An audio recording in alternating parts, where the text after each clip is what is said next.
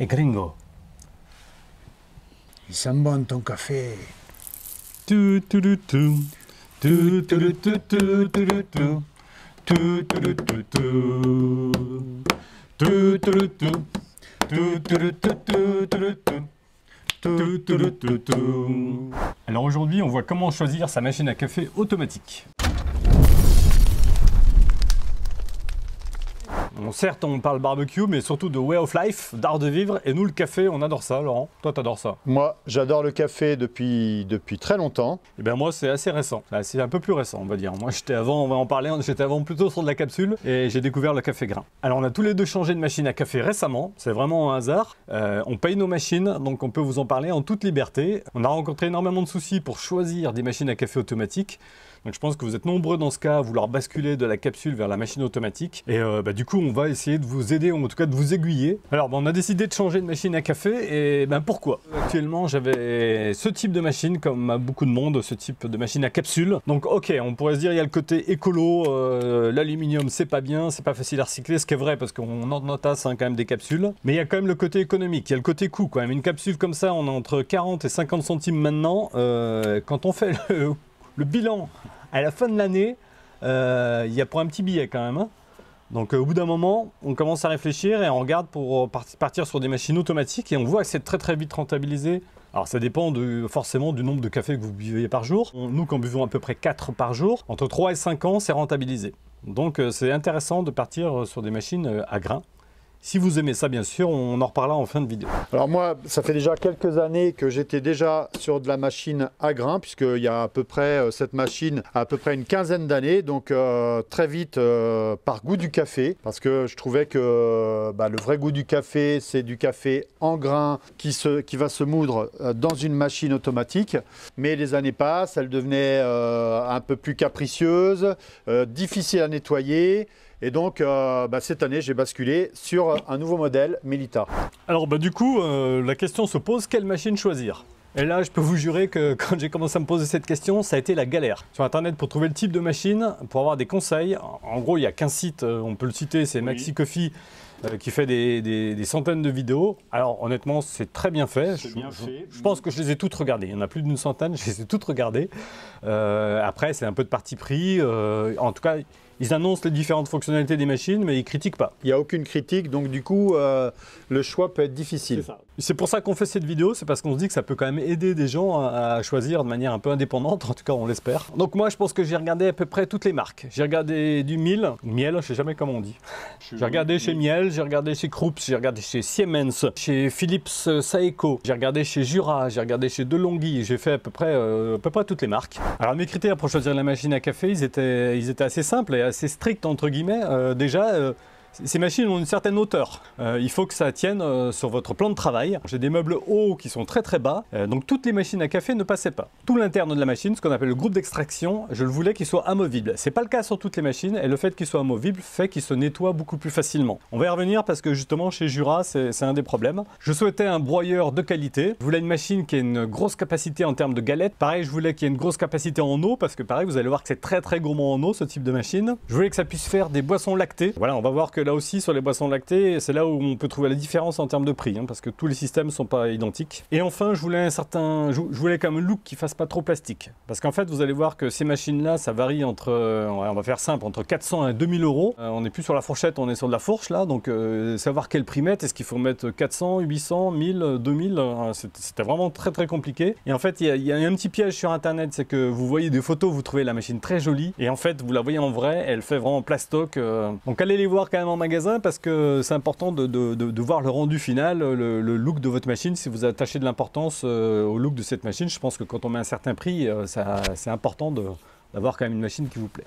Mes critères étaient déjà un peu plus entre guillemets avancés, puisque je partais déjà d'une Jura, donc je savais ce que je ne voulais pas. C'est vrai que cette machine a 15 ans, donc le broyeur café à grains, je peux vous dire que dans une maison, le matin à 5 h du matin, quand vous faites un café, vous réveillez un bon nombre de personnes. Ça avait de l'importance, le bruit du broyeur, selon votre agencement de maison. Sur des premiers prix, vous ne l'avez pas, c'était la trappe à moulu, puisque vous avez des machines qui vont avoir que le moulin à grains, ne vont pas avoir la trappe à moulu pour mettre du café moulu, l'étanchéité du bac à grains. Ce qui était important, c'était d'avoir un double bac sur la machine à café pour pouvoir mettre 2 cafés différents. Et le critère aussi le plus important, c'était d'avoir un groupe d'extraction qu'on puisse enlever et nettoyer, ce qui n'est pas le cas sur une Jura.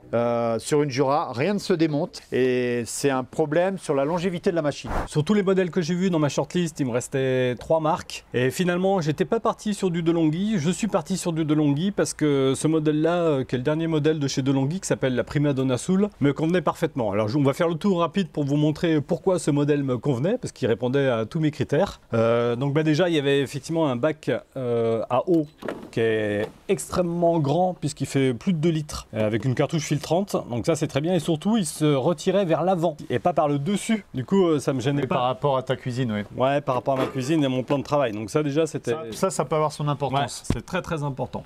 Effectivement, le bac à grains est très grand. Bon, il a une grosse contenance et il est tout hermétique, donc avec vitres fumées. Enfin, tout est voilà. Il y a une trappe à moulu, mais moi, c'était pas ton critère. C'était pas mon critère. On l'a trouvée jolie parce qu'effectivement, elle a une finition inox qui est plutôt sympa. Elle a un écran tactile. Ici, on va le voir avec 21 boissons disponibles. Il y a des profils. Donc, j'ai 5 profils. Donc, en fait, comme on est 4 à la maison, chacun a son profil, plus un profil invité. Donc, ça, c'est génial parce que chacun fait ses propres réglages. Et surtout, le gros avantage de cette machine, c'est que, comme on vous l'a dit, le café, quand on passe de la capsule au café grain, c'est extrêmement compliqué de faire des réglages. Donc, on va en parler parce que c'est une question assez compliquée. Hein. Le café, c'est tout un art. Il faut régler la taille de la mouture, la température de l'eau, ce qu'on appelle la pré-infusion. Tous ces réglages-là internes, entre guillemets, j'avais pas trop envie de m'embêter avec. Pour pas m'embêter avec, ce modèle-là, il est effectivement connecté, c'est un modèle qui est connecté à son smartphone au travers d'une application. Je rentre la nature du grain et la torréfaction du grain, comment il a été torréfié, quelle couleur, et automatiquement ça transmet à la machine et ça me fait les réglages automatiquement. C'est-à-dire que voilà, je dis juste j'ai tel café, il est torréfié de telle façon et la machine me fait tous les réglages. Elle me règle la mouture, la température de l'eau, la pré-infusion, et donc j'ai à m'occuper de rien. Et pour moi qui suis un peu feignant et surtout qui n'y connaît pas grand-chose, c'était très bien. C'est des modèles qui sont pas donnés. On est sur des produits, là je suis sur un produit qui est à 1300 €, mais si vous vous débrouillez bien en fonction des différentes promotions, moi j'ai réussi à l'avoir un petit peu moins de 1000 € en faisant jouer les différents bons d'achat de la marque et puis le Black Friday. Le Black Friday, voilà, en faisant jouer un peu tout ça, on arrive moi j'ai réussi à l'avoir un petit peu moins de 1000 €. C'est certes pas donné, mais comme je vous le dis, moi ça va très très vite être rentabilisé par rapport au nombre de capsules que j'utilisais. Et enfin, le dernier critère, c'est ce fameux bac à lait qui on vient tout simplement l'enclencher ici, est prêt pour des boissons lactées. Et en termes de nettoyage, il est très très pratique. On vous fait une démo après. Après avoir utilisé une Jura pendant des années, j'étais super content de Jura, mais ce qui me gênait chez Jura, c'est que vous pouvez rien démonter pour rien nettoyer. Dès que vous avez un problème, c'est le SAV Jura. Et là, franchement, financièrement, ça commence à taper. Sinon, bon, c'est vrai que pendant 15 ans, j'ai utilisé une machine Jura sans aucun problème. Dans le café en grains, il y a beaucoup de dépôts et de gras qui se déposent. Donc effectivement, votre machine s'encrasse très très vite. Et bien voilà, je suis parti sur Melita avec la machine qui correspondait à mes attentes. Donc le fameux double bac, pareil, joint étanche, double bac, vous mettez 2 cafés différents. Vous avez le bac à eau. Alors là, moi, j'ai pas cette contrainte que Pierre peut avoir. Ah donc, oui, toi, c'est vers le haut du coup. C'est vers le haut. Ah, exact. Donc vous voyez, hop. Alors bon, il est vrai que vous n'avez pas besoin de le monter. Hein, vous voyez, 2 litres de capacité en eau, très important. Pour extraire le groupe extractible, très facile. Voilà, vous voyez. Et ça, vous le nettoyez une fois par semaine à l'eau froide, vous le laissez sécher et votre groupe est nettoyé. La trappe café moulu que j'utilise de temps en temps. Vous avez un panneau qui peut répondre au premier café que vous voulez. Vous avez une petite application qui est très facile d'utilisation. 21 choix de boissons, donc là, bon, on a tout essayé. Vous choisissez votre bac à café selon le type de café que vous voulez. Enfin voilà, vous avez un panneau qui est assez simple d'utilisation. Et pareil, pour les boissons lactées, contrairement à la petite DeLonghi, c'est un peu moins pratique. Vous avez votre petit bac à lait, là votre petit tuyau, vous branchez et là vous pouvez choisir vos boissons lactées. Alors en termes de prix, pareil, le prix de base est aux alentours de 1000 €. Vous voyez, moi je l'ai eu aux alentours de 800 €. Vous descendez vite 200 € assez facilement quand vous choisissez les moments où il faut acheter votre machine à café. Voilà. Bon, on a beaucoup parlé, Laurent, mais je pense qu'on peut se faire un petit café quand même. Il est temps de boire un café. On va faire un café et un cappuccino, comme ça on va bien voir les deux. couleur Café, que j'aime ta couleur café. Donc toi tu le fais avec le smartphone, moi je pourrais, mais je ne vais pas, je vais le faire en manuel. Donc on va prendre un Un petit... petit expresso, ben moi je choisis mon profil, et qui est déjà donc tout pré-réglé, pré-enregistré, et je fais un petit expresso.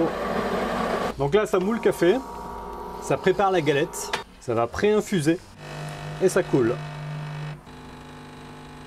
Donc là je sais pas si vous voyez, mais ça fait une très jolie créma. Alors moi j'ai pas du tout rentré mes profils, on n'a rien enregistré puisque j'aime bien changer. Je vais choisir un expresso, voilà. Alors moi je les aime très courts. Ah, ça fait deux jolis cafés, hein. C'est très bon, c'est très très bon, mais méfiance. Et là, c'est là où je veux quand même... Toi, tu as l'habitude parce que tu es déjà sur une machine à café. Moi, je dois l'avouer, les premières fois, si vous venez du milieu ou du monde de la capsule, ça fait quasiment 10 ans que j'étais sur de la capsule, j'étais donc habitué à un certain goût de café. Le vrai café grain fraîchement moulu, ça peut surprendre, ça peut désorienter. Vous pouvez trouver ça amer parce qu'il y a, attention, en fonction de effectivement comment vous faites couler votre café, du choix de café, vous pouvez avoir une amertume qui peut vous gêner. Honnêtement, je suis en train de faire le tour des torréfacteurs de tout Bordeaux, de tester tous les cafés qui existent, de manière à trouver le café qui me correspond le mieux. Vous pouvez être déstabilisé et dire finalement c'est moins bon que le café capsule, ou en tout cas voilà. Et c'est juste qu'il faut que votre palais s'habitue à... C'est pas du tout la même approche. Ouais, c'est pas la même approche. Mais alors nous, ça y est, au bout de quelques mois, on est habitué et maintenant on apprécie, on a du café qu'on apprécie et c'est vraiment très très différent de la capsule. Alors c'est vrai que je suis un amateur de café, donc quand vous choisissez ce type de machine, comme l'a dit Pierre, à mon sens, si c'est pour aller chercher du grain dans de la grande distribution, attention. C'est un peu comme le vin. Vous pouvez trouver des très bons cafés en grains dans la grande distribution, c'est pas. Mais bon, il y a besoin d'une petite recherche quand même approfondie et il faut aimer le café. Il faut aimer aller chercher des goûts différents chez différents torréfacteurs. Moi, je vais partir sur un. Je pourrais faire un latte macchiato, mais je vais partir sur un petit cappuccino. C'est très simple. Moi, il est pré-réglé, donc j'ai réglé ici mon niveau de mousse. Donc le lait est fait, ça y est, il attaque la partie café. Regardez cette mousse de lait. Donc cappuccino, un peu plus de lait et c'est parti. Alors je ne l'ai pas préenregistré parce qu'à chaque fois je change si je veux un peu plus de lait, un peu plus de café. Donc voilà, je n'ai pas préenregistré les profils. Moi c'est vrai que j'ai préenregistré parce que du coup j'ai différents verres adaptés. Donc voilà, les latte macchiato, moi c'est dans cette dimension de verre. Je sais que mes cappuccinos c'est adapté par rapport à cette dimension.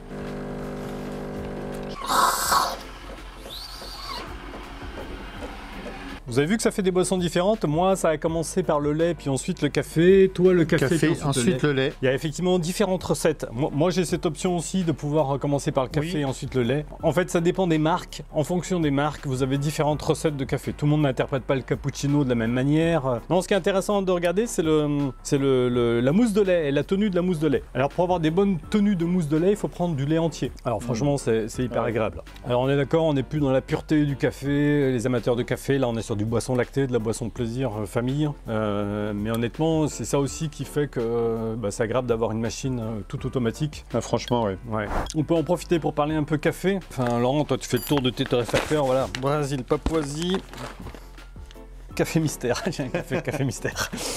Donc Brésil, Papouasie, je sais pas ce que tu as toi chez ton torréfacteur. Moi, j'ai du café d'Éthiopie, du café du Guatemala. J'en ai essayé plusieurs, mais j'ai un petit torréfacteur, voilà, je me déplace pas mal. Et, quand vous trouvez le bon, ne le lâchez plus. Voilà. Et qui travaille sur des cultures raisonnées.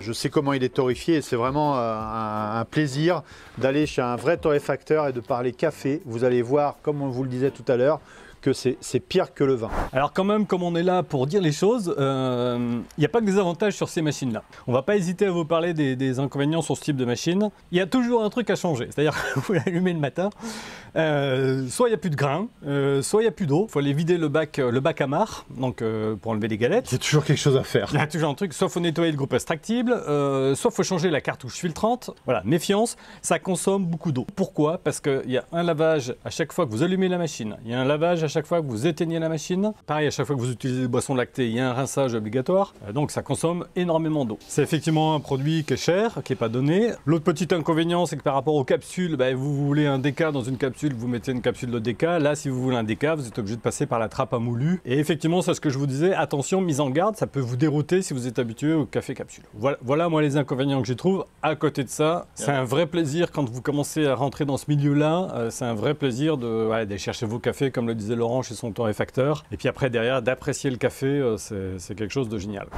Donc voilà, écoutez, si vous aimez ce format-là, qui est un petit peu différent de ce qu'on fait d'habitude sur le barbecue, n'hésitez pas. C'est un petit pouce, un commentaire et on s'abonne. Hey Gringo, il est bon ton café. Et il nous manque des cigares, tu sais. Mais Pierre, dépile, toi, c'est pas joli, ça fait trop. Et par contre, je pensais, il y a un âne à côté, on peut aller le chercher. Tu sais, tu passes avec l'âne. Il sent bon ton café. Hey Gringo. Wow.